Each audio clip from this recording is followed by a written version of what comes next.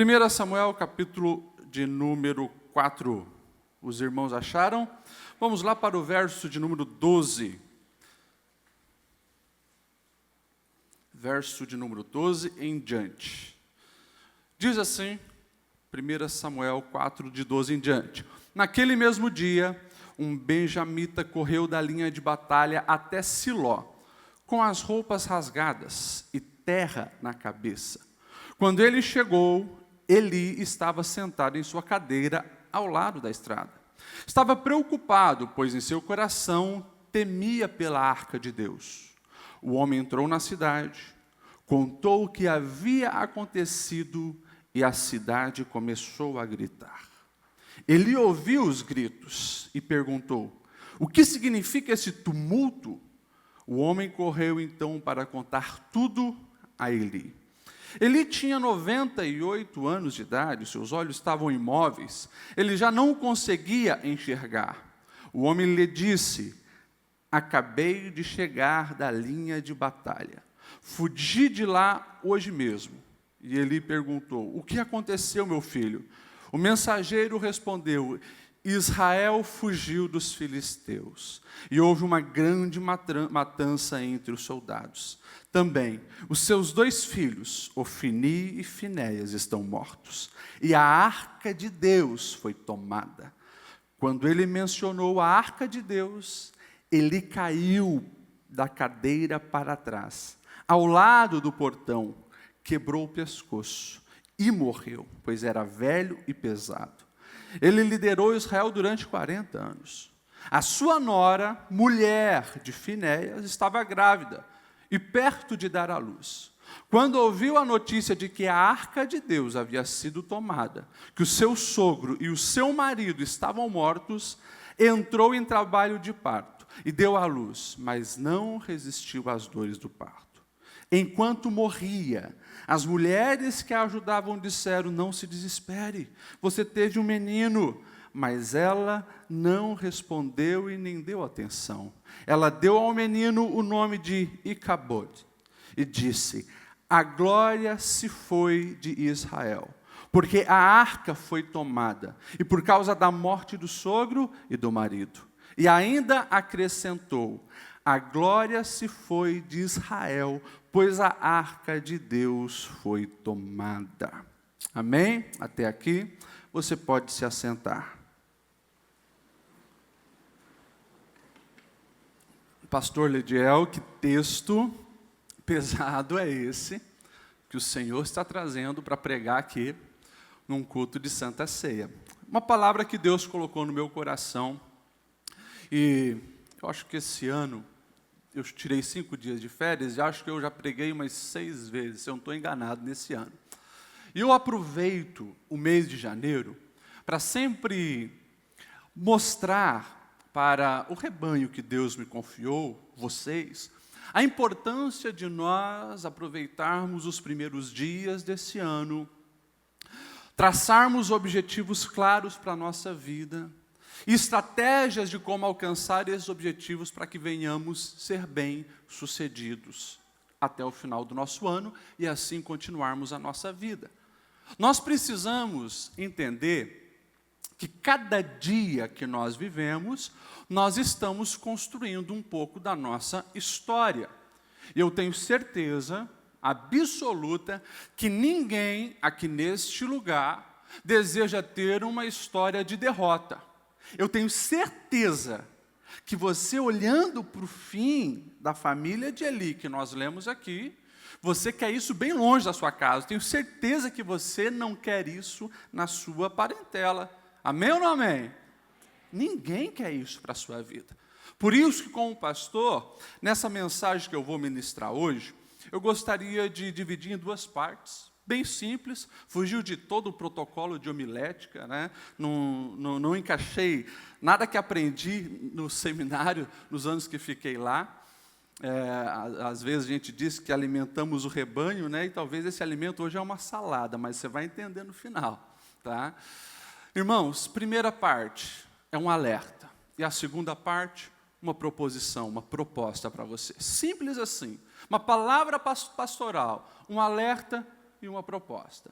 Quando nós olhamos para esse texto aqui, a gente percebe algumas coisas acontecendo no povo de Israel. Se você ler desde o primeiro capítulo, 1 Samuel, capítulo 1, 2, 3, 4, 5, você vai entender um pouco do que estava acontecendo.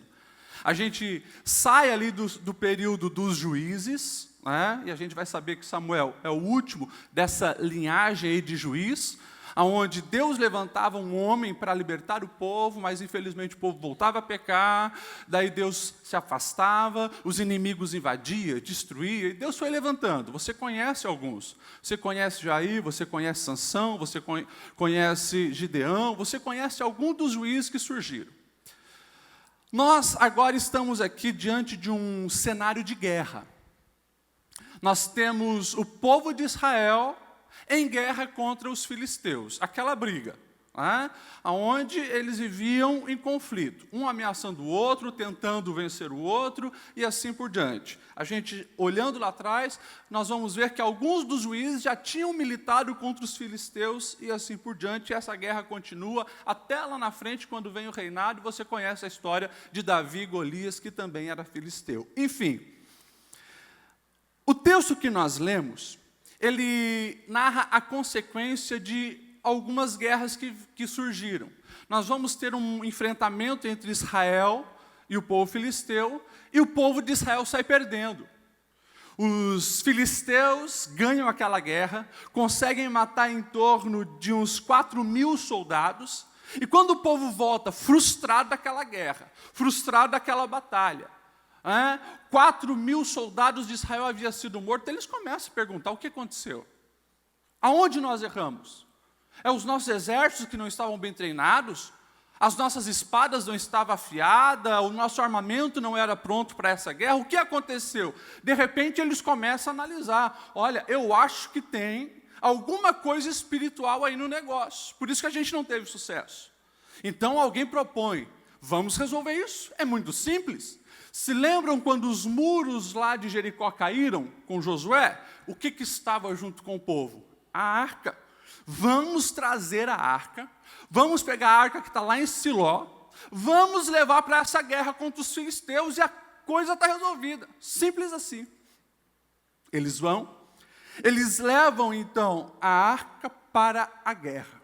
Chamam os sacerdotes, a linhagem sacerdotal, os filhos de Eli. Eli estava muito velho, o texto diz que ele era obeso, ficava mais sentado na porta da cidade, onde as pessoas passavam sempre, mas chamaram os filhos, quem? Ofni e Finéias, e foram para a batalha agora com a Arca da Aliança.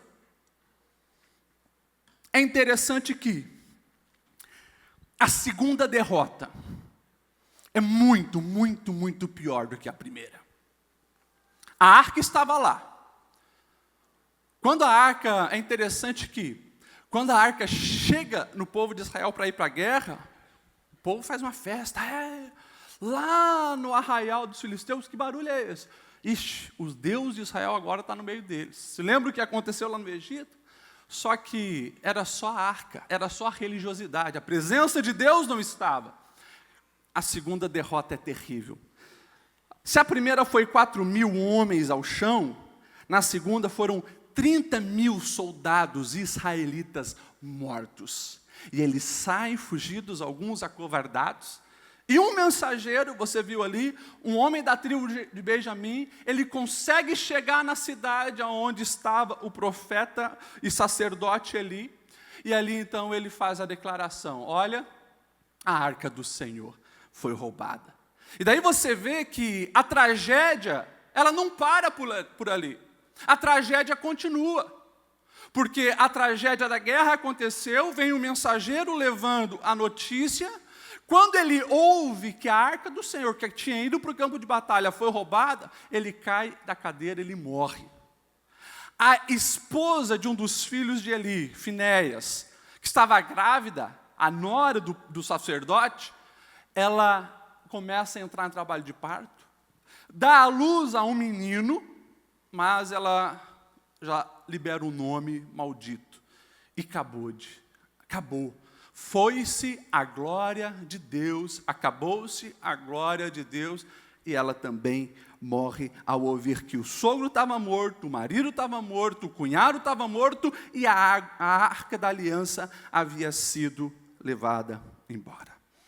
A pergunta que eu faço para esse texto, para as nossas vidas, nessa primeira parte dessa reflexão é: o que trouxe tamanha maldição para essa família de Eli? O que trouxe tamanha maldição para essa família de Eli? E, rapidamente, duas respostas a gente encontra. Primeiro, envolvimento com o pecado. Envolvimento com o pecado. Se você pegar os primeiros capítulos, principalmente o capítulo 2 de 1 Samuel, e se você quiser ficar com a sua Bíblia aberta, nós vamos ler bastante. Você vai ver que os pecados dos filhos de Eli eram muitos. Você vai ver, por exemplo, 1 Samuel, capítulo 2, verso 12, diz assim: os filhos de Eli eram ímpios. Ímpio é o não pio. Ele é ímpio, ou seja, sem piedade, sem respeito para com Deus, sem temor para com Deus. E o texto continua dizendo: não se importavam com o Senhor. Olha isso. Meninos que foram criados ali, no contexto todo ao redor do tabernáculo, meninos que foram criados ali, ouvindo sobre os feitos de Deus, vendo o agir e o manifestar da mão poderosa do Senhor, eram ímpios, não eram piedosos, não se dedicavam à busca pelo Senhor, ao conhecer do Senhor, ao desejar o Senhor, não queriam isso para a sua vida. Continuação, verso 17 e 18 do capítulo 2, olha só: o pecado desses jovens era muito grande à vista do Senhor, pois eles estavam tratando com desprezo as ofertas do Senhor, ou seja, eles desprezavam o sagrado.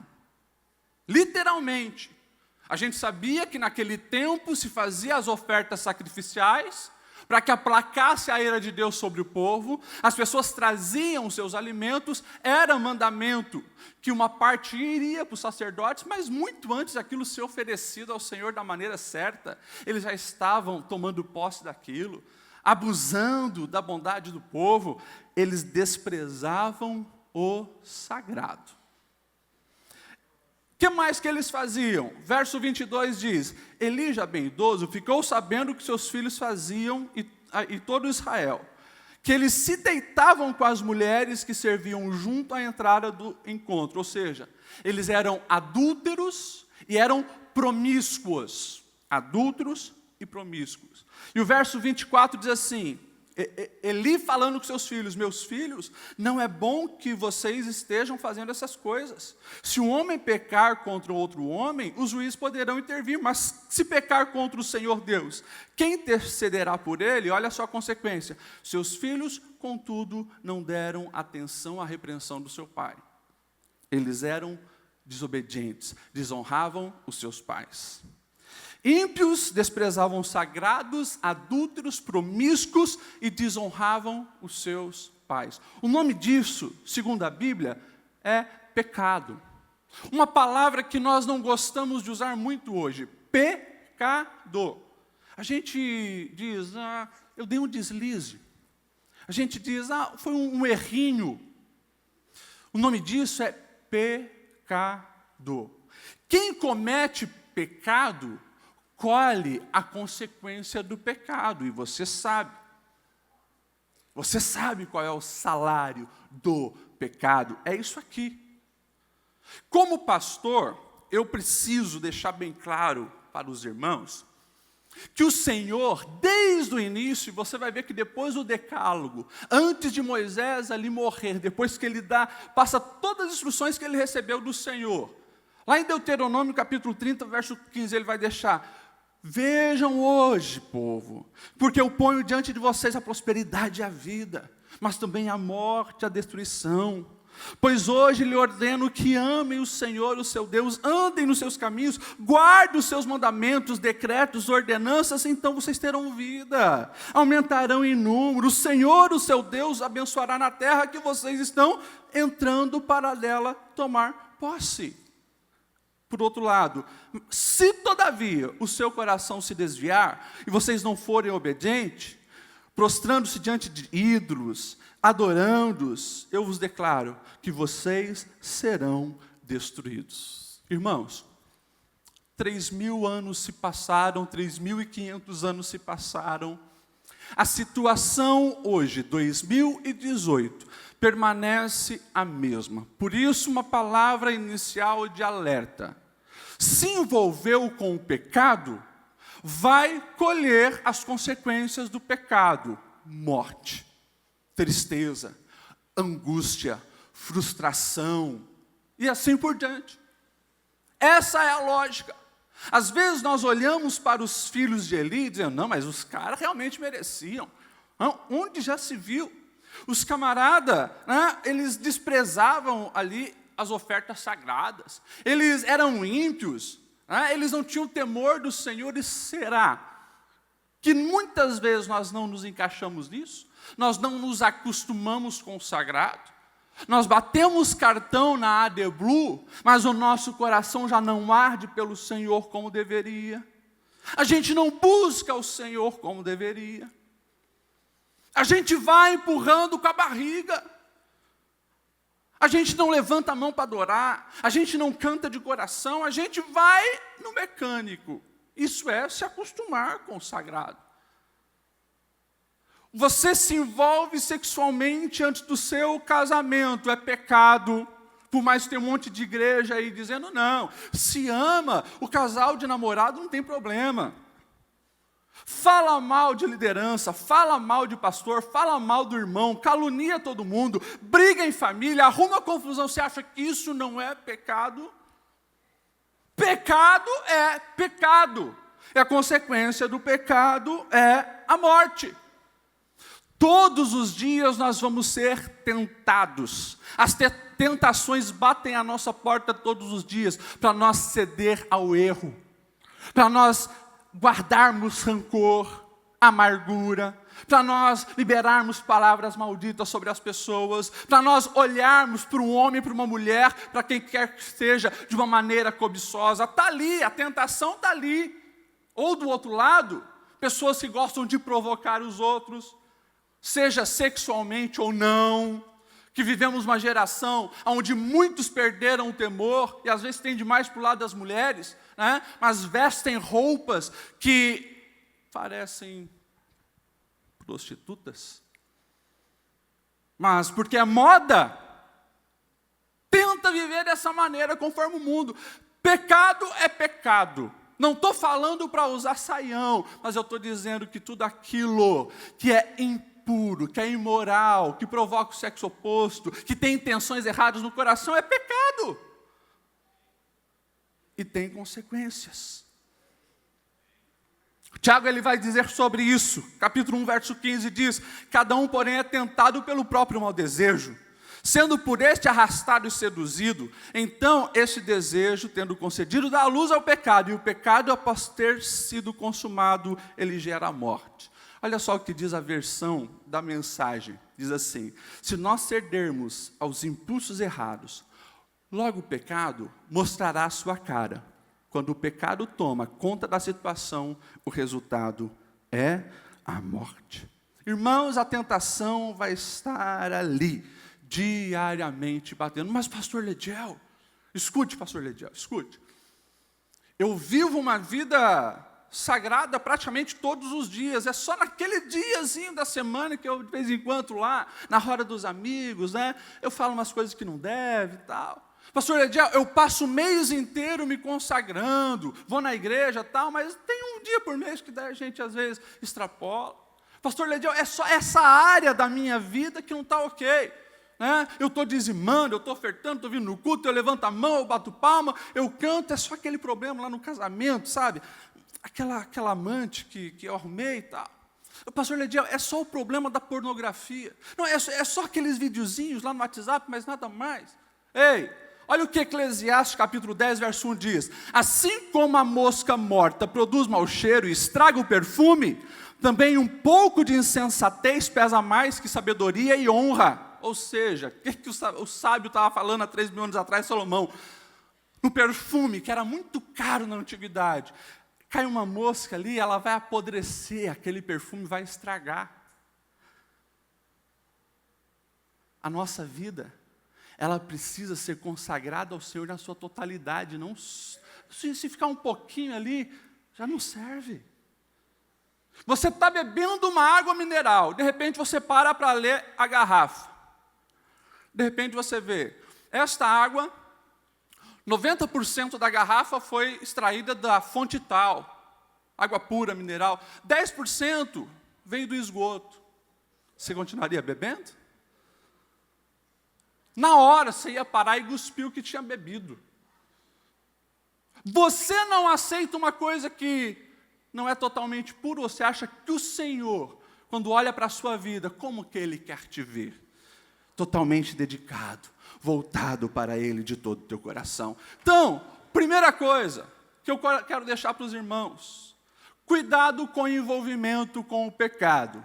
Mas isso é tão lógico, pastor? É lógico, mas tem acontecido cada vez mais. Crente brincando com o pecado, a consequência dos filhos de Eli começou assim, desonra ao Senhor, brincando com o sagrado, um adultério aqui, uma fornicação ali, acabaram da pior maneira possível. Segunda coisa, olhando para o próprio sacerdote Eli, cuidado com a tolerância ao pecado. Eu já vi algumas pessoas olharem para Eli dizendo, mas isso aqui é injusto. Como que o camarada vai terminar a vida assim? Dedicou 40 anos pelo menos ali como sacerdote do povo. Quando a gente para analisar o texto, a gente vai ver que antes mesmo do menininho Samuel ouvir a voz do Senhor, e o Samuel depois vai lá e conta tudo para Eli, porque Eli fala, quer saber, e era contra a família dele que o Senhor tinha falado com Samuelzinho. Um profeta também vem, coloca a mão sobre Eli e descarrega algumas coisas pesadas. Depois você pode ler ali, no verso 29, olha só a pergunta que Deus faz para Eli. Por que você honra mais os seus filhos do que a mim? E quando você olha o texto, você vê que ele repreendeu verbalmente os seus filhos. Meus filhos, não é bom que vocês façam o que estão fazendo. Porque se a gente faz contra os homens, a gente ainda consegue a misericórdia do juiz. Agora, e se a gente faz contra Deus? Quem vai ser o seu juiz? Olha só. E os filhos falaram, pai, para com bobeira, estamos nem aí para isso. Não deram bola para Eli. Por que Deus ele é tão pesado com a família de Eli, a ponto de nessa profecia dizer, está erradicado, da sua linhagem não vai sobrar ninguém. Depois, os que ainda depois restarem, algum da terceira geração, vão estar mendigando um cargozinho para esmola. É a palavra dura que Deus deu para Eli, e a maneira com que ele morre. Mas por quê? Ele deveria ter punido os seus filhos, não apenas falado. Ele deveria tirar os seus filhos do envolvimento sagrado, porque eles estavam impuros e imoral. A punição, conforme a lei de Moisés, para o adultério, você sabe, era morte por apedrejamento. Eli tolerou o pecado. É um risco que a nossa geração tem. Porque o pecado está muito latente. Nós vemos na era da globalização e tudo, de uma maneira ou outra, chega até nós o tempo todo, está aqui, através do celular. Isso aqui está na minha mão, está na sua mão, está na mão de todo mundo. É o tempo todo.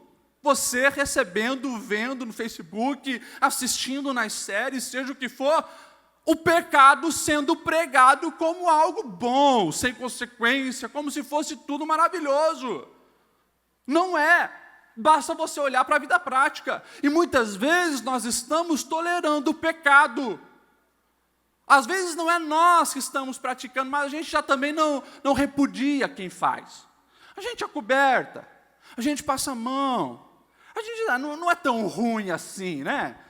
Poxa, não é algo tão sujo assim, porque é a mente do mundo que realmente está influenciando as nossas vidas. Lá atrás, Paulo já vai dizer, não se conforme com este mundo, Romanos 12. Nós precisamos estar atentos. E alguns dizem, mas pastor Lediel, peraí, nós estamos no tempo da graça. Jesus já veio, pastor Lediel. Isso aqui é tempo da lei. É? O livro de Apocalipse foi escrito no tempo da lei ou da graça?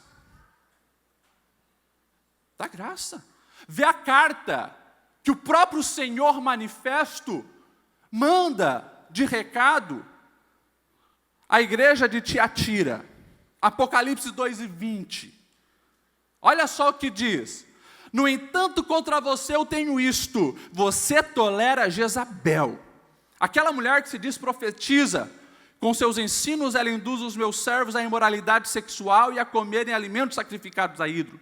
Dei-lhe tempo para que se arrependesse da imoralidade sexual, mas não quis se arrepender. Por isso, vou fazê-la adolecer, trarei grande sofrimento aos que cometem adultério com ela. A não ser que se arrependa das obras que pratica, eu matarei os filhos dessa mulher.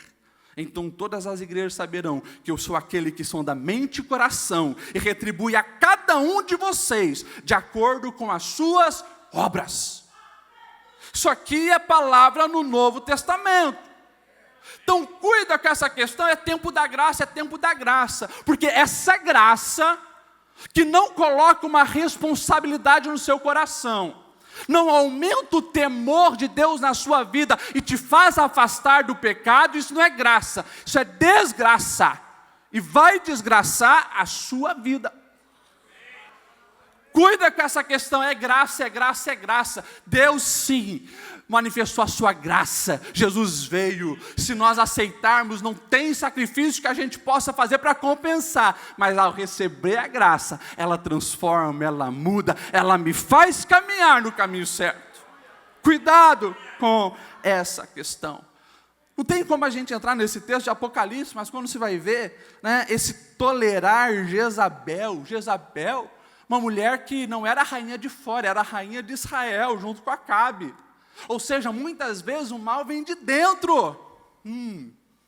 É infiltração. É agente de Satanás, transvestidos de falsa igreja. Para aqui dentro, colocar fofoca, murmuração, sedução imoral na sexualidade, e assim por diante. É um mal que vem de dentro. Tem que ter cuidado, porque lá dentro de Israel, do povo de Deus, foi instituído altares a Baal por causa dessa infernal mulher chamada Jezabel. E estava na igreja de Tiatira, e está na igreja do Brasil, e se você não vigiar, cai também. É interessante que as estratégias que o texto de Apocalipse vai dizer é muito parecida com os pecados dos filhos de Eli. É tirar o temor do Senhor, praticar a imoralidade sexual, pisar na jaca mesmo, e assim por diante. Enfim, eu vou pular porque eu quero ir para a segunda parte, mas você precisa entender. Você que é ovelha minha aqui da Assembleia de Deus, escute. As consequências do pecado levam à morte. Seja no tempo de Moisés, de Josué, de Eli, de Jesus, ou agora, no tempo que nós vivemos, 2018. O salário do pecado é a morte. E pode ter certeza que o pecado, ele é a criptonita para o cristão. Pode ter certeza, assim como o super-homem lá fica fraco, e a gente sabe que é o ponto fraco dele, e pode perder todas as batalhas, o pecado. E por isso o diabo vai tentar te derrubar, porque o pecado te joga para trás anos e anos de progresso na sua vida. Vida profissional, vida familiar, pode ter certeza. O pecado te joga para trás. Você pode, mas se esforçar, se dedicar, fazer faculdade, fazer curso, fazer PhD, pós-graduação, pode ser o que for. Vai ter no final da vida uma parede cheia de diploma, mas um coração vazio, uma família destruída, uma vida frustrada. O pecado só joga para trás. O pecado fez o povo de Israel perder as guerras e fez com que os filhos de Eli e o próprio Eli morressem. Palavra inicial, cuidado. Fuja do pecado, fuja da tentação, se aproxime de Deus. Segunda parte, pastor, segunda parte aqui é uma proposição, é uma proposta, é um incentivo pastoral para a sua vida. Eu queria que você abrisse a Bíblia ali, 1 Samuel capítulo 7, versículo 2. Podemos passar um pouquinho, pastor, hoje? 1 Samuel capítulo 7, versículo 2 em diante, olha só o que diz. A arca permaneceu em Kiriat Jearim muito tempo, foram 20 anos.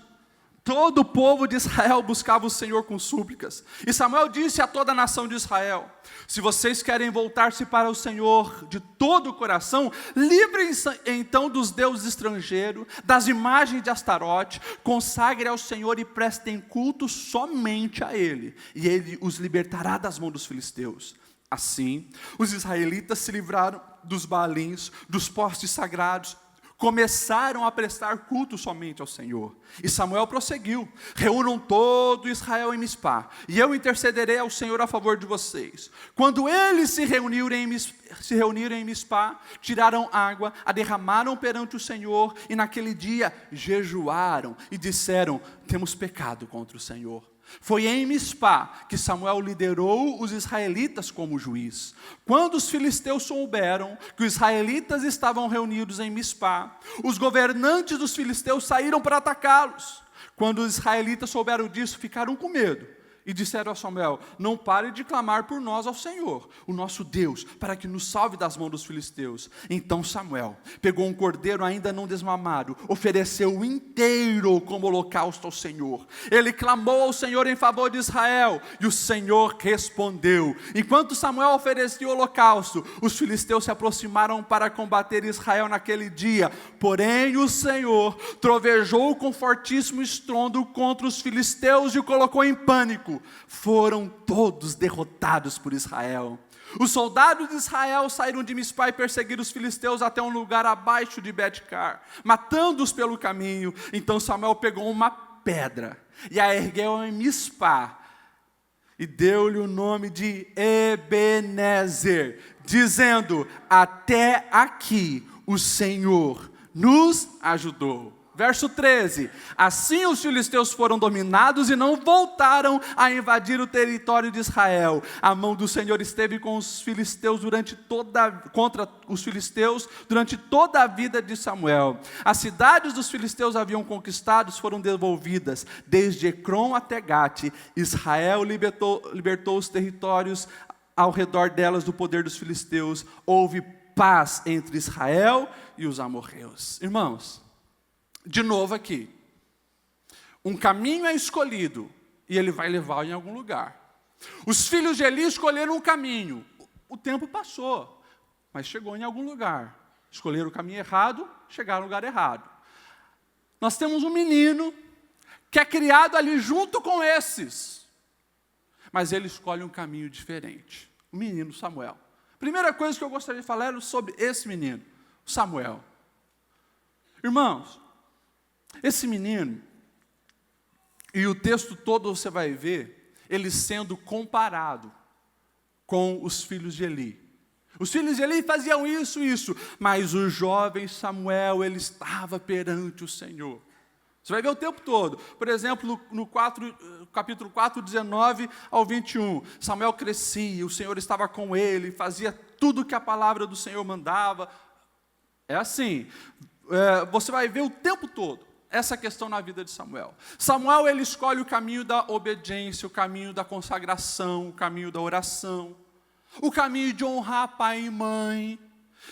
Às vezes a gente lê a Bíblia da maneira muito errada, porque a gente senta e a gente faz uma leitura, né, da Bíblia. E a gente pensa que, porque a gente leu a história de Samuel em uma hora, às vezes a gente não para pensar na vida de Samuel, ano após ano. Você já imaginou o crescimento desse menino, desde ali dos 4, 5, 6, 7 anos, no meio daquela confusão toda da família de Eli? Imagine Samuel na adolescência, adolescente, com as propostas que tinha. A minha mente vai longe, eu imagino os filhos de Eli, com a malandragem deles. Ó, cara, você está virando um homem, né? Que tal provar que é um homem? Tem umas menininhas bonitas ali, cara. Vamos dar um pegão nela, tal. Coisas assim, eu imagino que acontecia o tempo todo. Os caras estavam ali o tempo todo vendo aquele menino crescer, com a mente pervertida. Como você acha que Samuel vivia? Provavelmente com essas propostas indecentes o tempo todo. Ele escolheu o caminho certo. Eu imagino na adolescência, quando ele começa a parar e pensar na vida, entrando na juventude, os caminhos que escolher para a sua caminhada. Puxa, quem que fez um voto com Deus? Foi Samuel? Não foi Samuel. Foi os pais dele, foi a mãe dele que disse, o Senhor me dá um filho, eu vou consagrar. Agora, ele decidiu honrar o compromisso que a mãe tinha feito com Deus. A gente olha para a vida de Samuel e a gente vai ver alguém com disposição de fazer a vontade do Senhor o tempo todo. Começou a escolher esse caminho. Quando nós escolhemos o caminho certo, a gente chega no lugar certo. É a famosa lei da semeadura que você sabe. Nós apenas vamos colher aquilo que nós plantamos. Irmãos, às vezes nós como pastor, e aqui uma confissão pastoral, a gente precisa de muita graça de Deus nos aconselhamentos. Muita graça. Porque as pessoas, elas escolhem o caminho do pecado, mas não querem pagar a conta quando a cobrança vem. Um exemplo, jamais vou expor as pessoas, né? Mas um exemplo. Há uns 2 anos atrás, no aconselhamento pastoral, uma mulher senta na minha frente, pastor, porque estou com 40 e poucos anos, chegando perto de 50, não sei o que fazer da vida, porque a minha vida financeira está assim, minha vida financeira está assado, porque a minha vida emocional é assim, minha vida emocional é assado. E daí você para ouvir um pouco a história de vida de uma pessoa. Você vai ver que desde a adolescência, é uma pessoa que se vestia imoralmente, escolhia os homens errados, queria só os piores tipos de homens, se vendia por causa de dinheiro e assim por diante. Depois, quando, como eu digo, né, a lei da gravidade afeta o corpo também, que não tem mais aquele corpo esbelto, a mulher que impôs para a sociedade o seu valor apenas baseado no que o olho pode ver, quando aquilo que o olho pode ver já não agrada mais, a verdade chega. E aquela que nunca procurou o amor verdadeiro, mas procurou apenas prazeres momentâneos, homens com dinheiro, e seduziu com roupas indecentes com o corpo, encontrou muitos que queriam pegar, mas nenhum que queria amar. É a realidade. Viveu daquela maneira, um dia a conta chegou. Claro, com o pastor a gente ama, a gente ora, a gente mostra que ainda tem solução, mas é consequência. Quando nós escolhemos o inverso do pecado, como Samuel escolheu, as coisas são todas diferentes. Samuel, ele pega, olha isso, Samuel, ele pega o sacerdócio de Eli. E a gente sabe que Samuel foi profeta, ele foi juiz, e ele foi o camarada que pegou aquela bomba na mão. Você imagine você pegar a liderança de um povo com uma bomba dessa. Uma bomba dessa. O povo desanimado, um menino crescendo no meio do povo com o nome Icabode, porque foi-se a glória de Deus.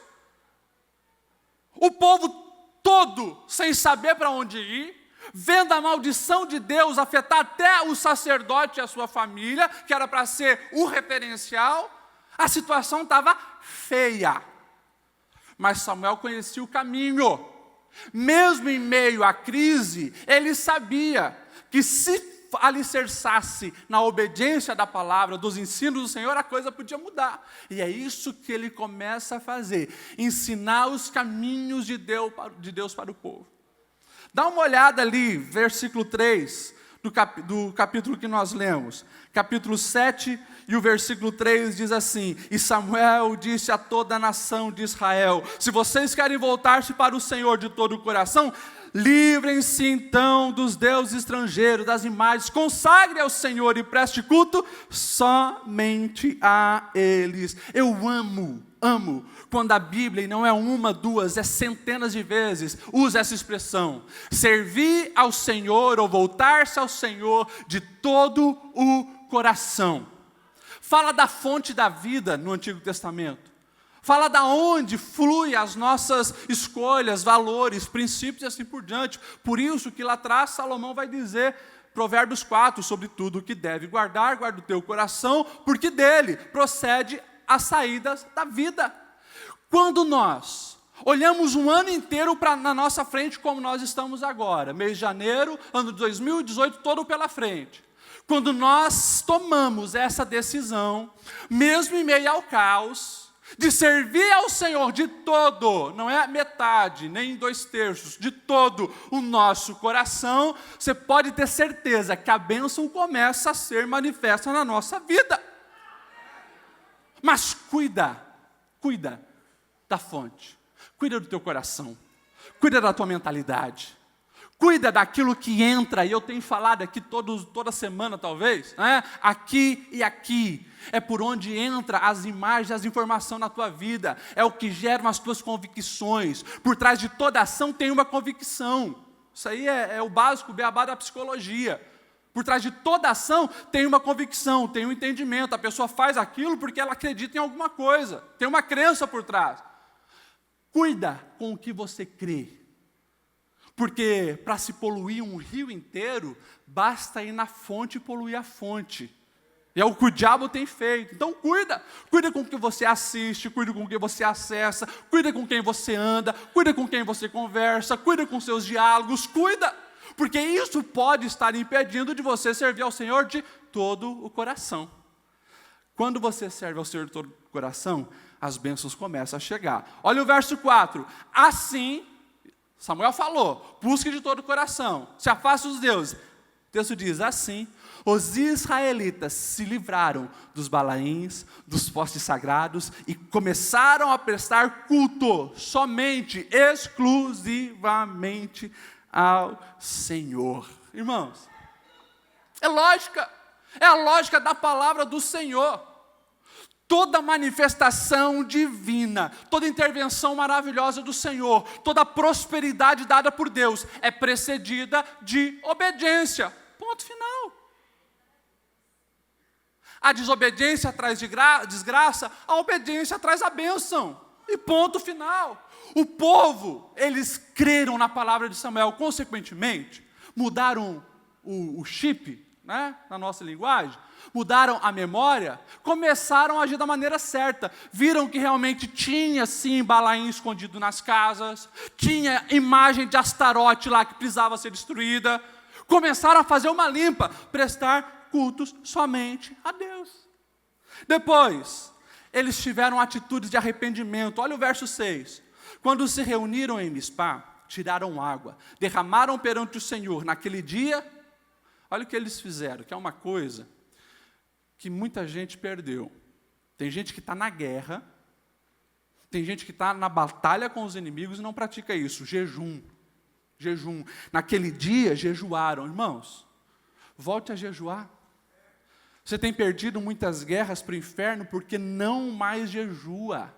O jejum evidencia algo íntimo da vida, do coração. Você está disposto a abrir mão de algo essencial, que é o teu alimento, ou seja, jejum de outra coisa você vai fazer, mas para se consagrar ao Senhor, para buscar o favor do Senhor, a ajuda do Senhor. E o Senhor sonda a mente e o coração. É muito fácil chegar aqui na igreja: Senhor, eu preciso de uma bênção, eu preciso de um milagre. Senhor, o meu filho está na droga, Senhor. Senhor, o meu patrão está pegando no pé. É muito fácil chegar aqui e ficar jogando frases. O Senhor está sondando o coração.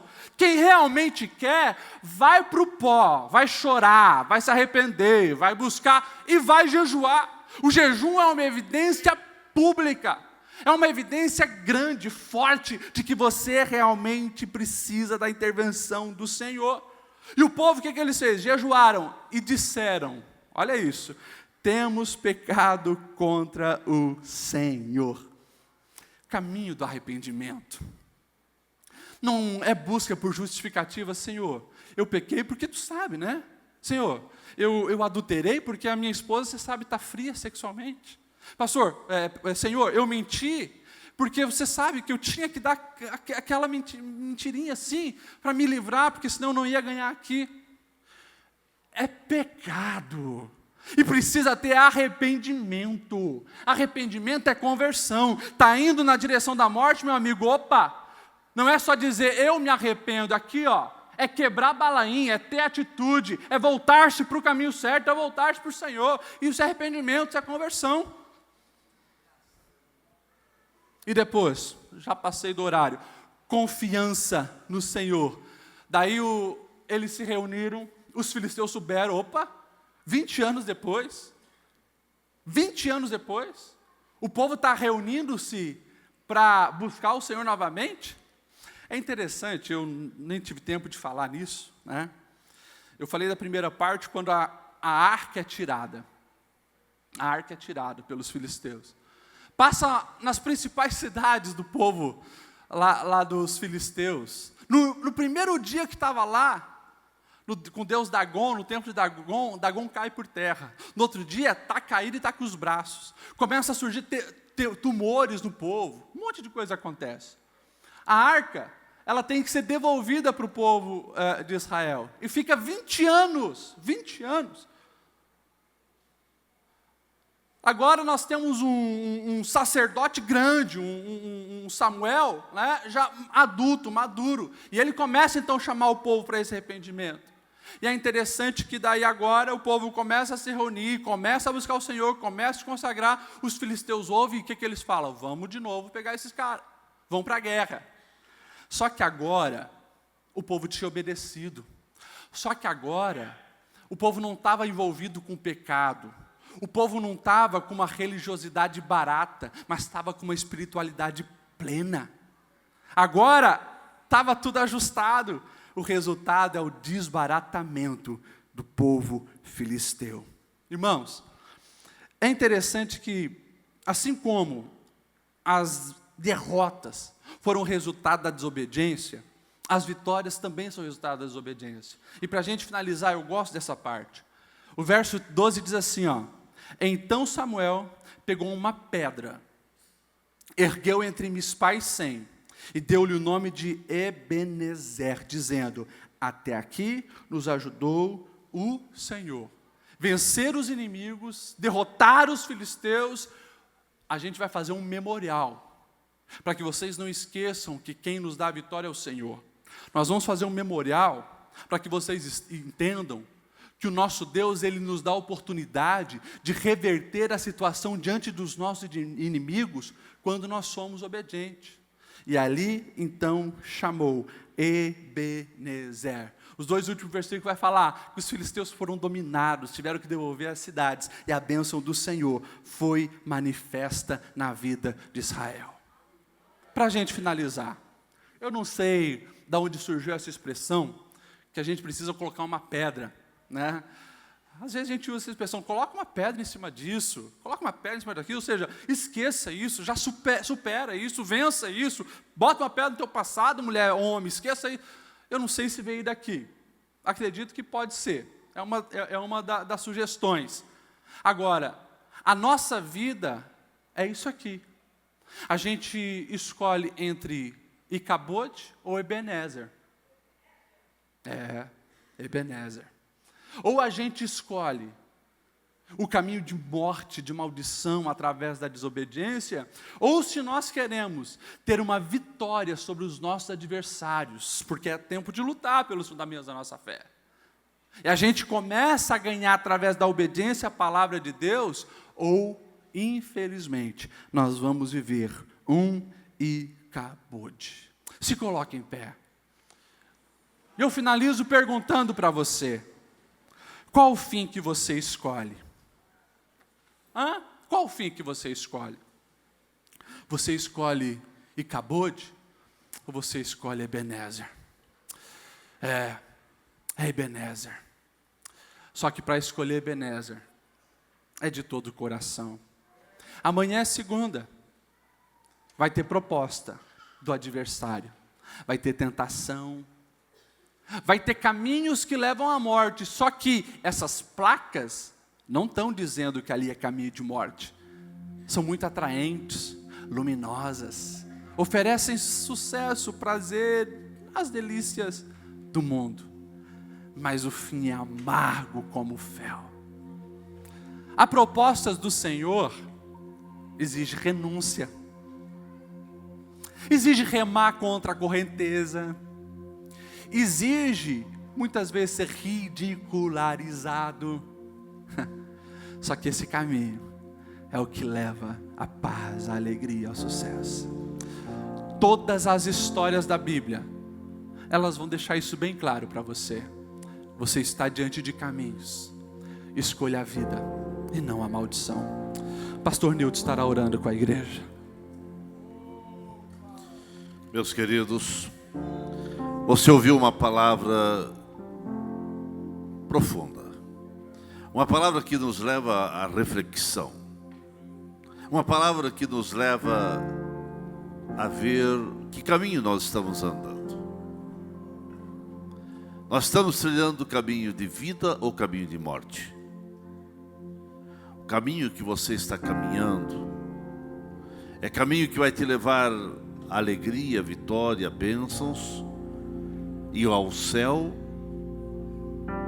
Ou é caminho que, no teu conceito, parece ser bom, mas você sabe, pela palavra de Deus, que é caminho que vai gerar morte? Não é o fato de você estar na igreja que te garante que você está andando no caminho da vida. O que você está falando, pastor? Eu estou falando que muitas vezes você pode estar na igreja e não trilhando o caminho que nós estamos aqui pregando, falando, mostrando. Porque quantas pessoas acham que é bobagem o que estamos falando e vão querendo o seu próprio caminho, e vai gerar consequência, vai gerar morte. Mas não terá como você que está aqui nessa noite dizer que na ADBlu apenas pregavam um evangelho com água e açúcar, que não falavam a realidade das coisas. É por isso que em pleno domingo à noite, mais um culto Santa Ceia, você está ouvindo uma palavra substanciosa, uma palavra para refletir. Nós pregamos prosperidade, pregamos aos novos convertidos, pregando na quinta-feira, uma palavra mais branda, porque a palavra de Deus também, mas também a Bíblia diz que aos crentes precisa, Paulo ensinou, orientou muito a isso, precisa ser dado um alimento mais sólido. Nós não podemos estar todo o culto apenas falando água e açúcar. Tudo é bênção, amém, aleluia, isso é muito bom. Mas calma, tem um preço a pagar, tem um caminho a trilhar. Há renúncias. Um dos fundamentos da nossa fé é renúncia. A renúncia. Como que está a tua vida? Diante do que você ouviu nessa noite, baixe sua cabeça. Vamos falar com Deus. Pai Santo, nós ouvimos uma palavra que leva-nos a refletir como que está o nosso cristianismo, como que está o nosso evangelho, como que está a nossa vida. Sabemos que no dia a dia são muitas as propostas, são muitos os caminhos, são muitas as diretrizes que se podem escolher. Mas, querido Espírito Santo, revela-te, ó Deus, aos teus filhos, que cada um possa ter o discernimento para escolher o caminho que vai produzir vida, vai produzir consequências que vão ser o céu, que vão ser vitória, que vão ser milagres, que vão ser o perdão, que vão ser saúde espiritual. Deus, olha para os teus filhos, olha para a tua igreja reunida, que a tua igreja possa realmente viver dias e mais dias que possam na sua caminhada agradar a Ti, Senhor. E se algum caminho está sendo tortuoso, se algum caminho está sendo caminho de morte, que hoje venha a ser colocado um ponto final nisto, Senhor. Em nome de Jesus eu suplico, Espírito Santo, dê força para esse irmão, essa irmã, esse jovem, esse adolescente, essa pessoa, colocar um ponto final no caminho que vai gerar morte, dor e tristeza. Abençoe essas vidas, Pai, em nome de Jesus.